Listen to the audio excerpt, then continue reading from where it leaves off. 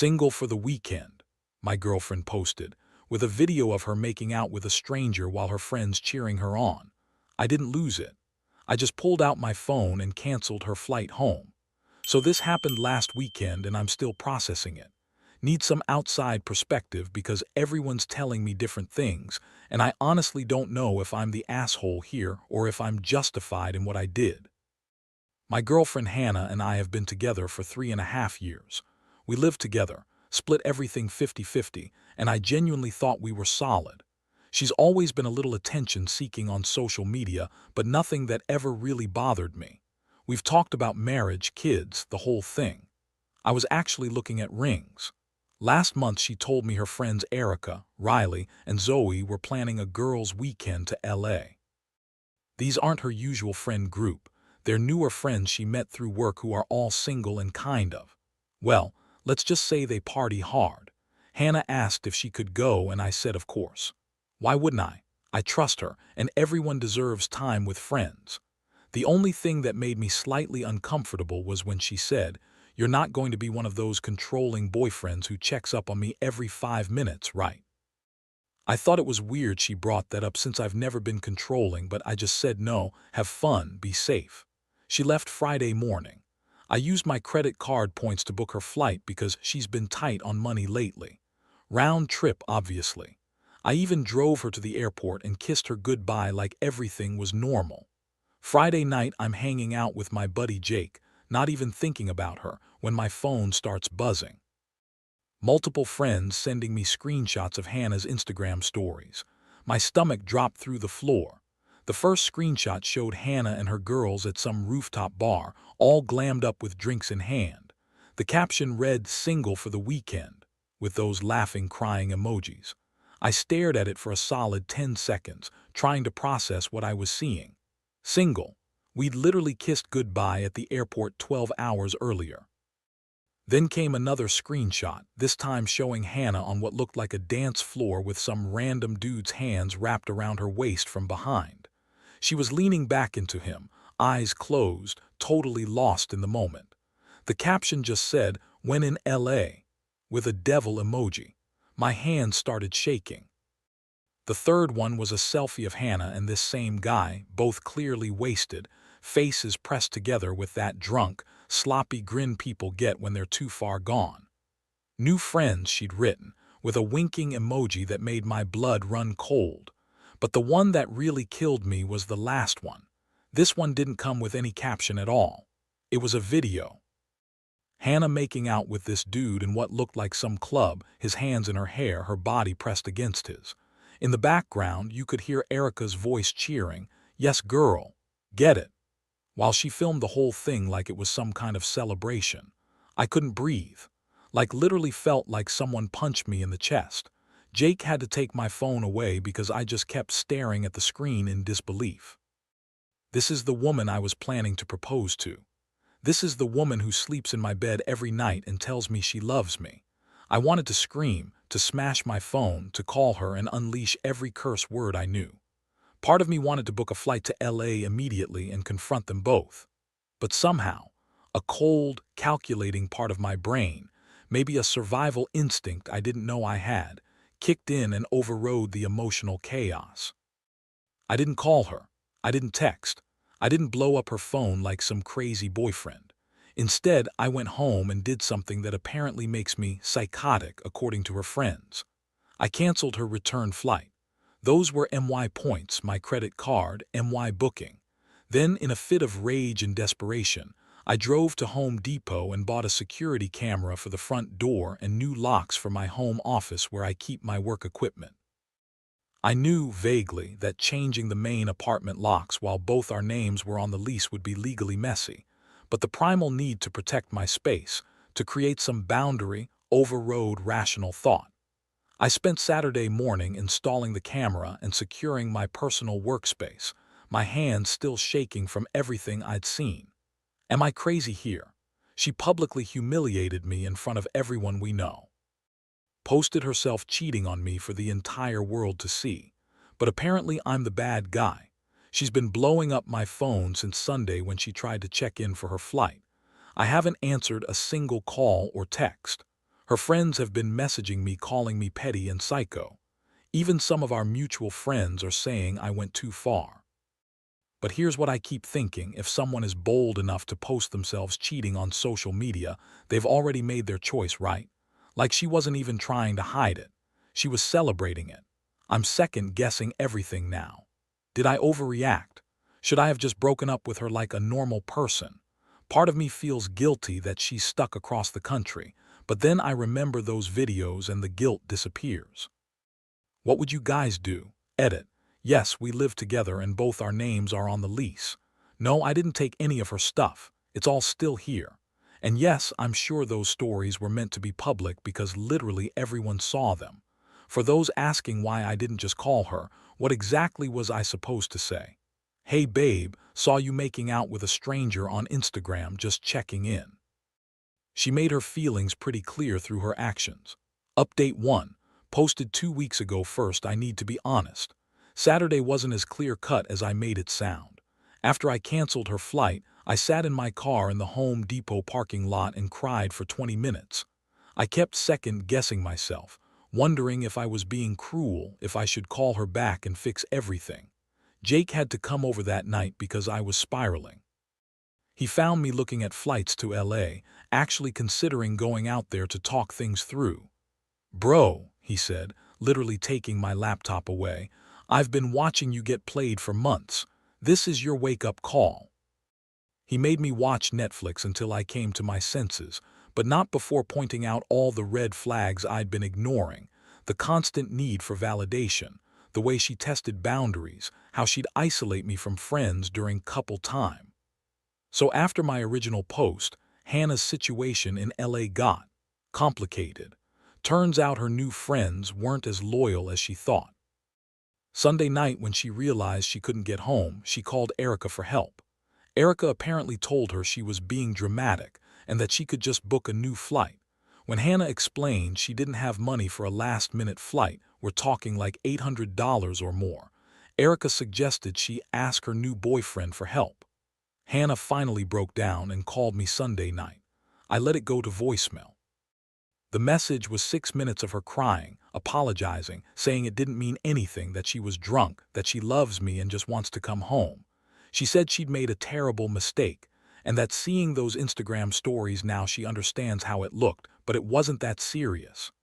I saved the voicemail but didn't respond. Monday she started calling from different numbers. Her work phone, Erica's phone, random numbers. I blocked them all. Then she tried Instagram, then Facebook, then freaking LinkedIn of all places. I wasn't answering any of it. Tuesday her mom called me. That's when I knew Hannah was getting desperate. But her mom was actually really cool about it. She said Hannah had called her crying, explained what happened, and asked for money for a flight home. Her mom basically said, "You made this mess, you figure it out." Savage. But here's where it gets interesting. Her mom also told me some stuff I didn't know. Apparently this isn't the first time Hannah has pulled something like this. During her last relationship before me, she went on a girls' trip to Miami and came back with some suspicious photos on social media. Her ex forgave her, and then she did it again 6 months later. Her mom said she was hoping Hannah had grown out of this phase. A phase. Like cheating on your boyfriend is something you grow out of like acne. Wednesday I finally broke and looked at her Instagram. All the LA stories were already gone, but she had posted a new one. A picture of herself crying with the caption, "When you realize you've lost the best thing that ever happened to you. Some mistakes can't be undone." The comments were a shit show. Half were her girlfriends supporting her like, "You deserve better, queen." And the other half were people who'd seen the original stories calling her out.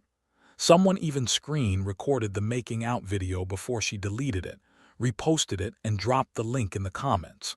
Thursday she showed up at my work. Security called me down to the lobby and there she was, looking like she hadn't slept in days, with a suitcase. She'd somehow gotten a flight home, I still don't know how, and honestly I didn't care either and came straight to my office. The conversation was intense. The moment she saw me, she started crying. "Alex, thank God, I've been trying to reach you for days. How could you just abandon me like that?" "Abandon you?" I kept my voice level. "You seemed pretty comfortable with your new friends." It was just dancing, just harmless fun. You know I love you, this was nothing. Hannah, you posted yourself making out with another guy. You captioned yourself as single. She wiped her eyes, getting more defensive. It wasn't like that. What was it like then? Everyone we know saw it, Hannah. Your friends were cheering you on while you kissed him. It was one stupid kiss. It meant nothing, but what you did. Her voice got higher, more desperate. You left me stranded across the country with no way home. I could have been stuck there forever. You had friends there.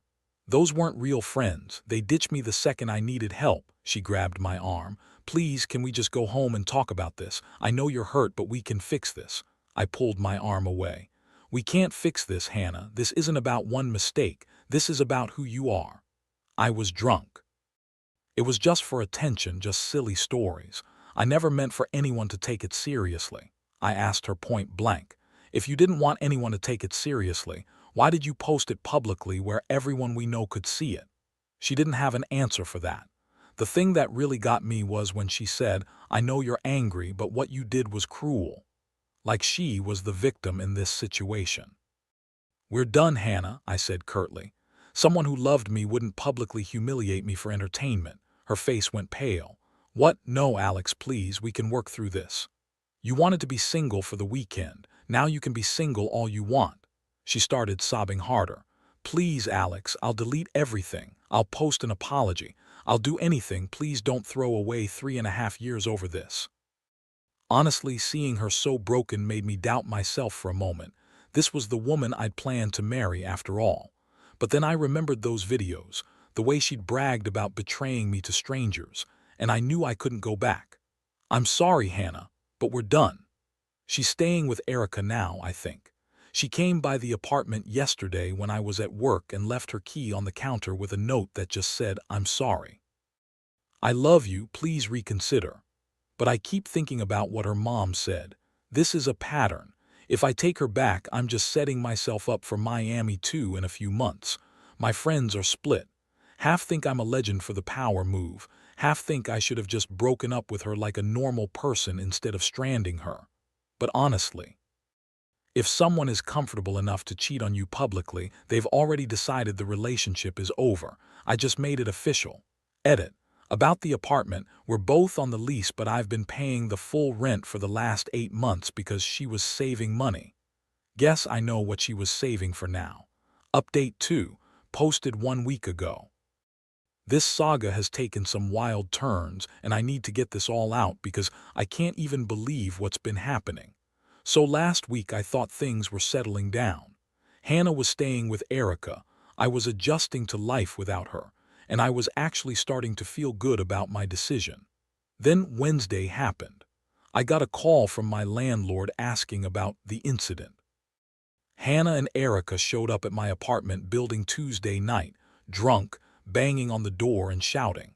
When I didn't answer after 10 minutes of knocking, they tried to convince the super to let them in because Hannah forgot something important.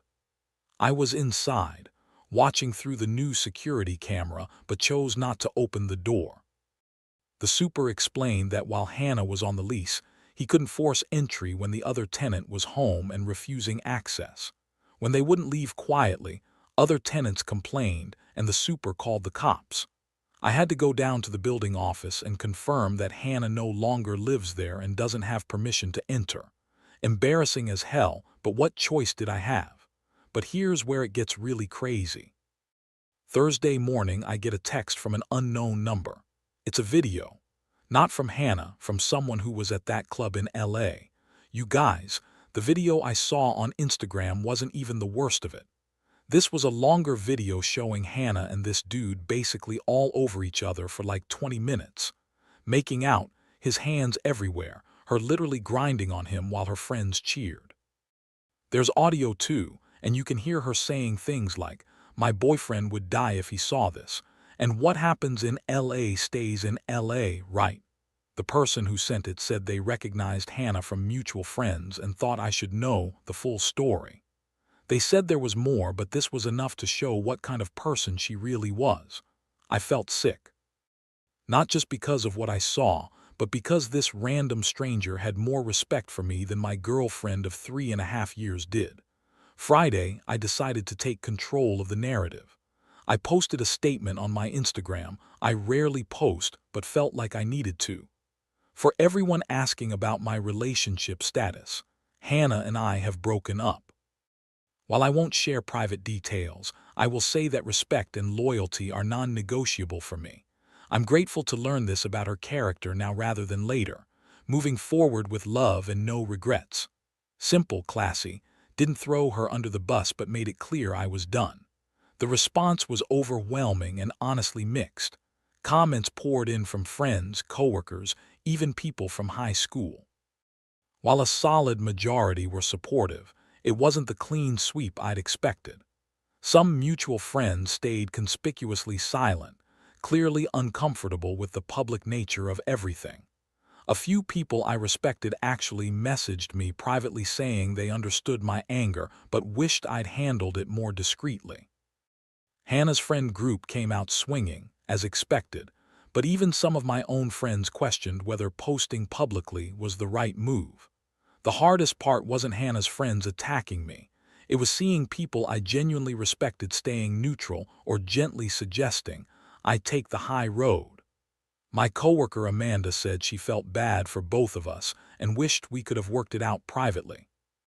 Even Jake, who fully supported my decision, admitted he was uncomfortable with how public everything had become. It made me question whether I'd handled this the right way, even though I still felt justified. Erica commented, "There are two sides to every story and you're not innocent either." Riley added, "Hannah made a mistake but you abandoned her." But then something interesting happened. Other people started commenting their own experiences. A girl from college said she saw Hannah flirting with her boyfriend at a party last year. One of my coworkers said Hannah had been messaging her husband on LinkedIn asking to grab drinks sometime. Stuff I had no idea about. Saturday, Hannah called me from Erica's phone, which I hadn't blocked yet.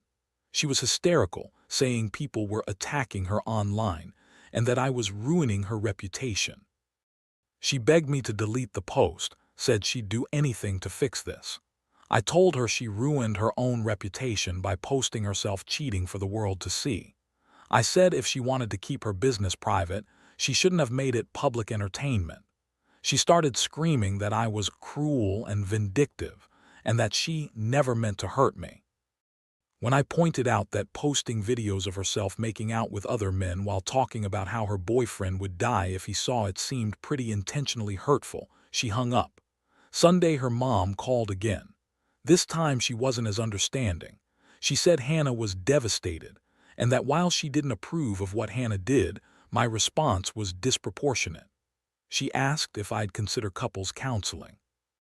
I told her respectfully that counseling is for couples who want to work through problems, not for people who publicly humiliate their partners for entertainment. I said Hannah had shown me exactly who she was, and I believed her. The hardest part is that I really did love her. I had this whole future planned out in my head. But I keep coming back to something my dad told me when I was younger. People show you who they are through their actions when they think no one's watching. But when they show you who they are when they know everyone's watching, believe them. Hannah didn't just cheat. She celebrated cheating. She made it into entertainment. She bragged about betraying me to strangers. That's not a mistake or a lapse in judgment, that's character. Hannah's not upset about losing me. She's upset about facing consequences. If she was really sorry about hurting me, she would have accepted my decision and tried to make amends quietly. Instead, she's focused on managing her image and getting me to fix the situation for her. I'm not fixing anything. I'm just moving forward. Edit. For those asking about the lease situation, I'm working with my landlord to get Hannah's name removed. It's a process but should be resolved soon. No, I will not be sharing the video someone sent me. That's not the kind of person I want to be, even if Hannah was comfortable sharing intimate moments with strangers. Final update. Posted 3 days ago, the saga has reached its conclusion, and honestly, I couldn't have written a better ending myself. Last week, Hannah made one final attempt to fix things. She showed up at my office again. Security is getting tired of her. But this time she came with a different strategy. Instead of tears and apologies, she brought anger. She accused me of destroying her life and said I was obsessed with revenge. She claimed she'd lost friends, that people at work were treating her differently, and that her reputation was ruined because of my vindictive social media post. She demanded I post a clarification saying we'd broken up due to mutual differences and that there was no cheating involved. I almost laughed. She wanted me to lie publicly to protect the reputation she'd destroyed herself. I told her no. I said if she was embarrassed by her actions, she should examine why those actions were embarrassing, not blame the people who witnessed them. She stormed out threatening to tell everyone the truth about who I really are. I'm still waiting for that revelation. But here's the beautiful part. Yesterday, I ran into Riley, one of Hannah's LA friends, at a coffee shop. She was with someone I didn't recognize, and I overheard their conversation while waiting for my order. Riley was telling this girl about Hannah's psycho ex-boyfriend, who abandoned her in LA for dancing with someone. But then she mentioned something interesting. Apparently Hannah never told them she was in a relationship when they invited her to LA. Riley said they thought she was single the whole time. When I turned around, Riley saw me and went white. I didn't say anything, just smiled and nodded, but it confirmed what I'd suspected. Hannah had been presenting herself as single to these women from the beginning. The girls' trip was always intended to be something more. The final piece of closure came from an unexpected source. Hannah's mom called me one last time. She said Hannah had finally told her the full story about LA, including things she'd left out before. Her mom said she was ashamed and disappointed and wanted to apologize to me personally for her daughter's behavior. She also told me something that made everything make sense. Apparently Hannah had been having doubts about our relationship for months, but hadn't known how to break up with me because we lived together and she couldn't afford to move out. The LA trip was her way of creating a situation that would force a breakup, so she could be the victim instead of the bad guy. It was all calculated, but her plan backfired because she expected me to blow up and give her ammunition to paint me as the crazy ex.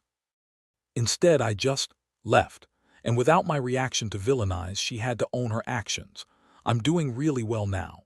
Hannah's name has been removed from the lease and I'm staying. Fresh start in familiar surroundings. I've reconnected with friends I'd lost touch with during the relationship. Funny how that happens. I'm dating again, nothing serious yet, but it's nice to remember what it feels like to be with someone who respects me. Hannah is apparently doing fine. She moved in with some coworker and has been posting on social media about new beginnings and learning to love yourself. Good for her. Someone asked me if I regret how I handled this. Honestly, no. Could I have been more mature? Maybe. But when someone publicly humiliates you, they forfeit the right to expect private courtesy. She chose to make our relationship drama public entertainment, so she got to deal with public consequences. Thanks again, Reddit. This will be my last update on this situation. Time to close this chapter and focus on the future.